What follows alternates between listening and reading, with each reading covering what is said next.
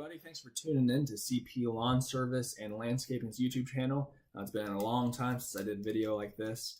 I didn't plan on being this long, but I got busy with actual work after last winter got over instead of just making YouTube videos, which is kind of a good problem to have, but now it's winter again and I'm kind of bored, so I'm getting back on it.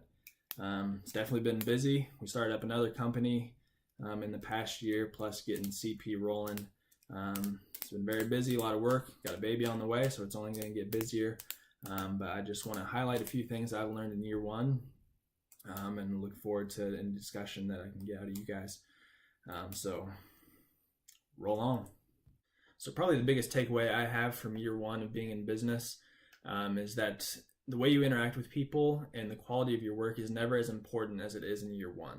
And the reason for that is that everything you do in year one is foundational. You don't have a base to fall back on yet. You're trying to develop a base that you can build off of in future years. Probably the best advice I could give someone to help them achieve this would be to nail down the small things early and often. This means communicate clearly. If there's someone who you told you're going to give an estimate to, give them an estimate. If there's someone you can't provide an estimate to, let them know that. Just don't leave anyone hanging, because that's going to be someone whose business you're never going to win back, and that's someone who's not going to recommend you to their friends and their family, and all of that. Another thing is stay up on paperwork and get stuff out on time. Don't pigeonhole yourself and say, I'm going to get all these estimates out within 24 hours of meeting with people, because things come up, whether that means telling people 3 or 4 days or saying in the next few days. I've learned that get stuff out as quickly as possible, but be as vague as possible too, because things are going to come up. You don't want to be waiting 2 weeks or anything, but you also don't want to, tell in 2 days and then you can't get to it for another 5 days, because that just leaves a bad taste in people's mouth and gives people a bad perception of you. The more you nail these sort of things down early, the more quickly you're going to learn how best to operate your business and how you operate best in this setting. It's going to be new to most people, and you've got a lot to learn about yourself, and you can do it pretty quickly if you're focused and organized and getting this stuff done early on, because really you're just establishing habits for how your business is going to run for years to come. So the last thing I want to touch on for this video, and I'm realizing I'm going to have to make this year one recap multiple parts because I'm already longer than I would like to be. The last thing I want to touch on is websites, and there seems to be a lot of conflicting views on this in the industry.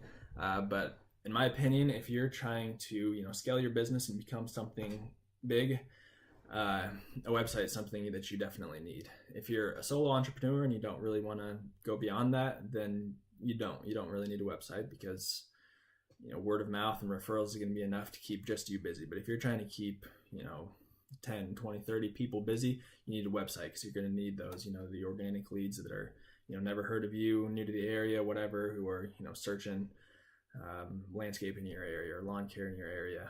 They need to be directed towards you, because that's the only way you're going to get enough business to support a company of that size.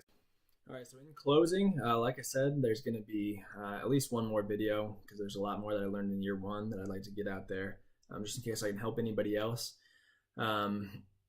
But the last thing, you need to make sure that you are using as many resources as possible to learn about the industry, about the services that you offer. There's a lot of stuff out there. You just need to search it out and be on that stuff all the time. One big thing for me has been Lawn Digest, headed up by Jesse Ray on Facebook. It's a great group, a lot of good guys that have helped me out with a lot of stuff on there. And also, if you can find another professional in your area, another company that's friendly. That's hard to find sometimes, especially in our area. But RPM Improvement, there's another local brother duo. It's in a similar line of work. It's helped us out with a lot of stuff. It's good to build that relationship. Most markets have, they've got room for at least a few big lawn care and landscaping companies. So it's fun to learn and grow alongside those guys. And I'd encourage you to find some in your area as well.